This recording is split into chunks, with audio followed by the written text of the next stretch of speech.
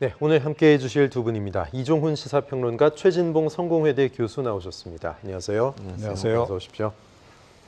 네, 2년 전 전당대회 돈봉투 의혹에 연루된 윤관석, 이성만 의원이 오전에 기자회견을 갖고 자진 탈당 의사를 밝혔습니다. 직접 들어보시죠. 여러 가지 사실관계에 대해서 할 말은 많이 있습니다만 앞으로 조사나 또 여러 사법적 과정에서 성실하게 임해서 이 문제를 밝혀나가도록 하겠습니다. 저는 오늘부로 선당후사의 마음으로 민주당을 탈당하기로 결단을 내렸습니다. 선당후사의 정신을 가지고 우리 윤관석 의원과 함께 탈당을 하고 법적 투쟁으로서 진실을 밝혀나가는데 최선을 다하도록 하겠습니다. 다시 한번 우리 국민 여러분께 사죄의 말씀을 드립니다. 네, 자진 탈당 의사를 전하는 기자회견, 사실 예정됐던 게 아니라 민주당 최고위원회의를 마치고 전격적으로 이루어졌습니다. 자, 두 의원은 송영길 전 대표의 탈당 이후에 거취 압박을 꾸준히 받아왔죠. 그럼에도 탈당하지 않겠다는 입장을 고수했었는데 왜 갑자기 입장이 선회한 걸까 궁금합니다. 일단 뭐 선당후사란 이야기, 법적으로 좀 투쟁하겠다 이런 이야기는 똑같았어요. 어떻게 보셨어요, 이종훈 평론가님? 네, 이거 뭐 어렵게 생각하실 필요 없습니다. 네. 간단하게 얘기해서 복당 아마 보장받았을 거고 예. 또 더 나아가서 공천까지 보장받았을 가능성이 높다. 네. 그러니까 이렇게 선뜻 이렇게 이런 결정을 내릴 수 있는 거다라고 저는 생각하고요. 아니 공천은 저 문제에 대해서 문제가 없어야 공천 받는 거 아닙니까? 그렇죠. 네. 근데 어찌 됐건 기본적으로는 예. 이제 그런 이제 선약속을 받았을 가능성이 문제가 없으면 높다라고 복당 공천 해주겠다. 그렇죠. 예. 예. 그러니까 최근에 민주당 같은 경우에 민영배 의원 비롯해가지고 예. 다 뭐 복당시키지 않았어요? 예. 그러니까 민주당이 이런 걸 굉장히 잘해요. 사실은. 그러니까 이 꼬리 자르기는 신속하게 하는 게 좋거든요. 네. 그리고 할 바에는 화끈하게 하는 게 좋고, 그렇게 빨리 해서 이 의혹 이제 그 불을 빨리 끄자는 이제 그런 얘기입니다. 불을 빨리 끄고 나서 나중에 사태가 진정되고 나면 국민들이 잊혀질 쯤에, 네. 국민들 뇌리에서 잊혀질 즈음에 이제 다시 이 사람들을 슬그머니. 슬그머니 복당을 이제 시키는. 예. 그런 거를 뭐 민주당이 제가 보기엔 굉장히 잘하는 게 아닌가. 전략 전술 면에서는 사실은 이런 면에서 좀 뛰어난 측면이 있다라고 저는 생각을 합니다. 네. 두 의원 아까도 제가 말씀드렸듯이 모두 선당후사라고 얘기했고 이성만 의원은 검찰의 정치적 공세다 이런 이야기까지 덧붙였습니다. 최 교수님, 조금 더 결심이 빨랐으면 어땠을까 하는 생각도 좀 들었었어요, 그동안. 그렇죠. 네. 이제 그런 부분이 좀 아쉬운 부분이 있죠. 그러나 이제 본인들이 어쨌든 자진 탈당의 모습을 취한 것은 당에게는 상당히 부담을 줄여주는 부분이에요. 네. 만약에 본인들이 자진 탈당을 하지 않게 되면 당이 어떤 형태로든 조치를 취해야 되는 상황이거든요. 출당이 나요. 그죠? 그렇죠. 예. 그래서 의총에는 사실은 그 당원 자격 심사위원회를 거쳐서 탈당 쪽으로 가닥을 잡을 것 같다라는 얘기가 나왔었는데 그 전에 최고위원회에서 이미 이제 좀 얘기가 된 것 같아요. 그래서 아마 설득을 한 것 같고 최고위원회 들어가서 설득을 하고 그게 이제 받아들여서 두 사람이 탈당하는 것으로 매듭을 지었는데 양측이 피해를 최소화하면서 문제를 조기에 수습하는 모양새를 보여준다는 점에서 긍정적으로 평가할 수 있을 것 같습니다. 예. 어쨌든 두 사람 이름이 거론되고 있고 지금 여러 녹취록도 나온 상황 아니겠습니까? 이런 상황이라고 하면 국민적 의혹은 아직까지 남아있는 상태다. 물론 검찰 수사 결과가 어떻게 나오는지를 지켜봐야 될 텐데요. 본인들은 억울하다고 얘기를 하지만 어쨌든 녹취록 안에 이름이 나온 이상 그걸 100% 그냥 아무 문제 없다라고 얘기하기에는 좀 한계가 있을 수밖에 없어요. 네. 그래서 법적으로 문제가 없다는 게 명확하게 증명되지 않으면 의혹은 계속 남아있는 것이고 그런 상태에서 두 분이 계속 의원직을 유지했을 때는 민주당에게 부담이 될 수밖에 없는 거잖아요. 네.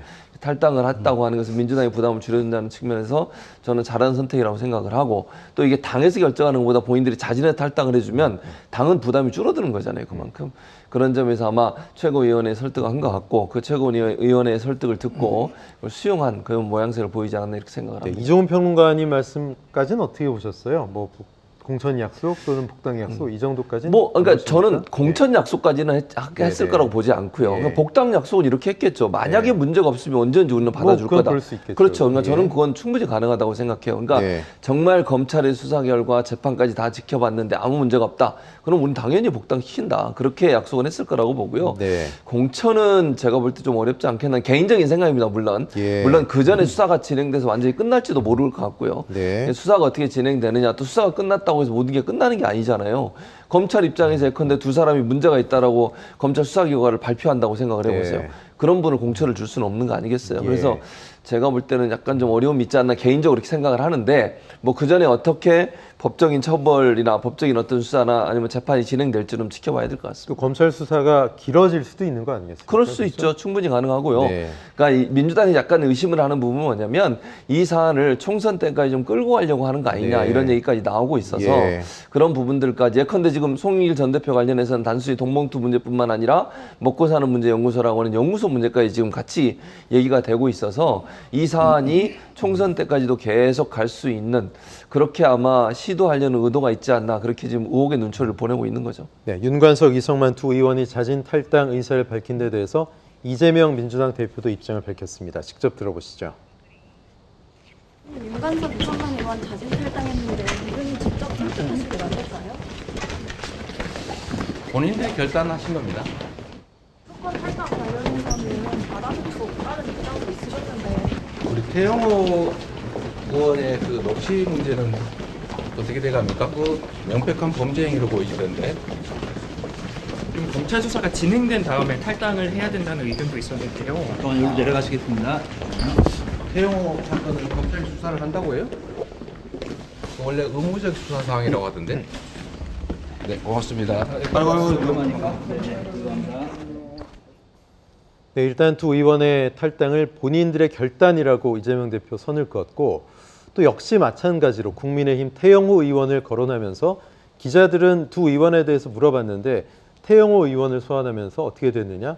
역시 이제 동문서답 다시 반문하는 그런 대응인데 지난번에 김연아 박순자 전 의원한테도 그랬고 이런 전략 조 교수님 어떻게 보십니까? 일단 이제 이런 거잖아요. 예. 동봉투 관련된 여러 가지 질문에 대해서 이제 얘기하는 게 좀 네. 그 뭐랄까 부담스러울 수도 있고 예. 그런 부분에서 뭐라고 얘기하면 또 그게 기사화되고 이런 부분에 대한 부담감이 있을 것 같아요. 그러다 보니까 첫 번째 이유는 이게 이슈를 전환할 수 있는 예. 기회가 되는 거죠. 그렇게 물어봐 버리면 도리어 반문을 해버리면 기자들 입장에서 더 이상 묻기가 좀 어려운 상황이 될 수도 있고 두 번째는 근데 이 문제를 어쨌든 민주당이 그 동봉투 문제 때문에 이미지가 상당히 안 좋아진 상태 아니겠습니까? 근데 단순히 이게 민주당에만의 문제냐 하는 부분을 부각시키고 싶었던 것 같아요. 네. 그러니까 국민의힘이라고 하는 여당도 이러이러한 문제가 있다 하는 부분들. 왜냐하면 언론이 지금 계속 동봉투 문제 이 사건만 집중해서 보도를 하고 있는 상황이기 때문에 네. 일정 부분에 국민의힘도 이런 비리가 있다는 부분을 상기시키는 의도. 그러니까 프레임의 일정 부분의 어떤 전환, 이슈의 전환 이런 부분들이 함께 작동했다고 보여지고요. 네. 그래서 답변을 일단 피하면서도 다른 쪽의 이슈를 좀 건드려서 그 이슈가 이슈화 되도록 만드는 그런 어떤 전략적 선택이 아니었나 이런 생각이 듭니다. 예. 뭐 글쎄요. 이재명 대표가 돈봉투 사건에 대해서 국민적 관심을 여권 인사들까지 데려오면서 돌리려는 전략. 우리가 잘못했는데 니들도 잘못했으니까 우리 잘못은 뭐 좀 희석되는 거 아니야? 이런 전략인가요? 이거 국민들은 좀 그렇게 좋게 보지 않을 수도 있을 것 같아요. 그렇죠. 예. 뭐 전형적인 물타기 전략인 거죠. 예. 그러니까 우리 쪽 이슈보다 저쪽 이슈가 더 큰 예. 문제입니다. 뭐 이제 이 얘기를 이제 하고 싶은 게 아닌가 이렇게 좀 생각이 드는데요. 그런데 이 사실은 이제 이재명 대표 정도 되시는 분께서 예. 이렇게 답변을 하시는 건 좀 곤란하다라고 저는 생각을 해요. 왜냐하면 기자들이 질문하는 그 질문이라고 하는 것은 뭐 기자들이 개인적으로 자기가 궁금해서 묻는다라기보다는 네. 국민적 의혹이 제기돼 있고 국민들이 궁금해하는 걸 대신 질문하는 그런 성격이 굉장히 강해요. 그런데 거기에 대해서 이렇게 동문서답한다는 얘기는 결국은 국민이 묻는 말에 난 대답하기 싫다. 네. 그 얘기를 지금 하는 거나 다름이 없거든요. 자, 그래서 이것도 그 뭐 또 다른 불통 행보다. 그래서 이런 식으로 계속 대응하는 것은 그렇게 바람직하지는 않다. 뭐 짧으면 짧은 대로 또 뭐 소상하게 설명할 수 있는 범위 내선 최대한 소상하게 친절하게 국민들에게 설명하는 그런 마음가짐으로 기자들의 좀 질문에 임해주기를 좀 바라는 그런 마음입니다. 네, 알겠습니다. 민주당이 오늘 오후 3시부터 신임 박광원 원내대표 체제 첫 의원총회를 열고 있습니다. 이름을 쇄신의총이라고 붙였습니다. 몇 차례에 걸쳐서 의원총회를 하고 당의 쇄신 방안을 토론할 예정이라고 하는데 이른바 돈봉투 의혹과 관련해서 실명이 이름이 오르내리고 있는 의원들도 꽤 됩니다. 글쎄 뭐 당 자체 조사를 하지 않기 때문에 어떤 판단을 해야 될지 모르겠지만 이 분들에 대한 선제적인 조치까지 논의가 될까? 이것에 대해서 좀 궁금해하는 시각들이 있더라고요. 네. 그러니까 뭐 좀 불가능하죠. 네. 실제로. 그러니까 뭐 이제 결국 자기들 스스로 셀프 수술을 지금 예. 이제 하겠다는 거나 다름없잖아요. 그런데 그런 쇄신에 대해서 국민들이 얼마나 공감을 지금 갖겠는가 하는 거예요. 그러니까 조사를 그동안에- 해야 되지 않은 거. 그렇죠. 먼저, 그러니까 조사도 그죠? 예. 만약에 정말로 진정성 있게 예. 하려고 그러면 차라리 외부 전문가들 중심으로 네. 해서 조사위원회를 꾸려서 그렇게 하거나 하지 않으면 안 되는 겁니다. 사실은 이번 사안 정도면요. 이게 선거 임박해서 터졌으면 곧바로 이건 비대위 체제로 가는 그런 예. 사안이잖아요. 그런 정도로 이게 굉장히 당에 심대하게 영향을 미칠 수 있는 그런 변수다라고 하는 그 사안의 중대성에 대한 인식이 조금 좀 희박한 게 아닌가 이런 생각이 들어요. 예. 최근에 더불어민주당이 제가 보건대는 다분히 반사적 이익을 봐서 지금 정당 지지율이 비교적 이렇게 높게 나오는데 그거에 약간 좀 자만하고 있는 그런 상황이 아닌가 그렇게 생각합니다. 그래서 뭐 쇄신 뭐 의총이다 이름 붙이고 쇄신자 갖다 붙이고 적당히 신용만 하면 뭐 국민들이 이번에 그냥 넘어가겠지. 이 사안이 뭐 설마 내년 총선에까지 영향을 직접 미치겠어? 그런 이제 판단이 상당히 좀 깔려 있는 게 아닌가 그런 생각이 좀 들고요. 그런 측면에서 뭐 사실 국민들도 별로 기대를 안 하고 있다. 자, 그런데 정말로 내년 총선에서 승리하기를 원한다 그러면 이번에 이런 그 사안이 불거졌을 때 확실하게 대응을 하고 좀 명쾌하게 국민들이 납득할 만한 그런 쇄신안, 혁신안을 내놓는 것이 예. 좀 필요한 게 아닌가 이렇게 생각합니다. 네.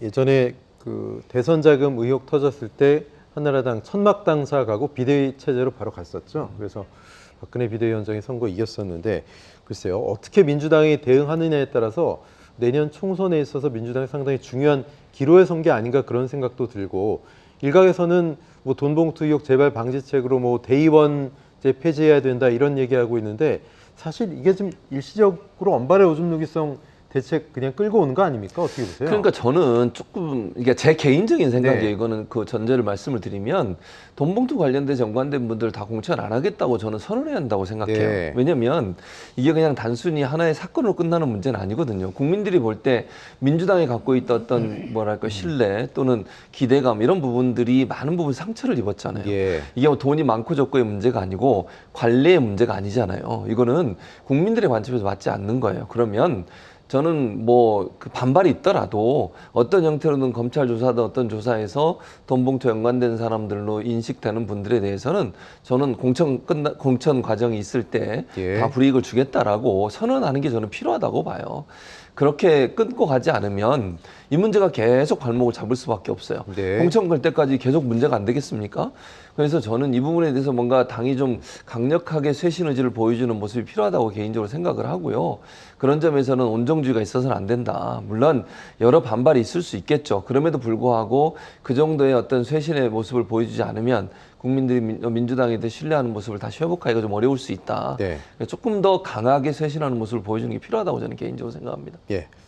민주당의 쇄신이 국민들의 마음을 움직일 수 있을지 좀 지켜봐야 되겠습니다.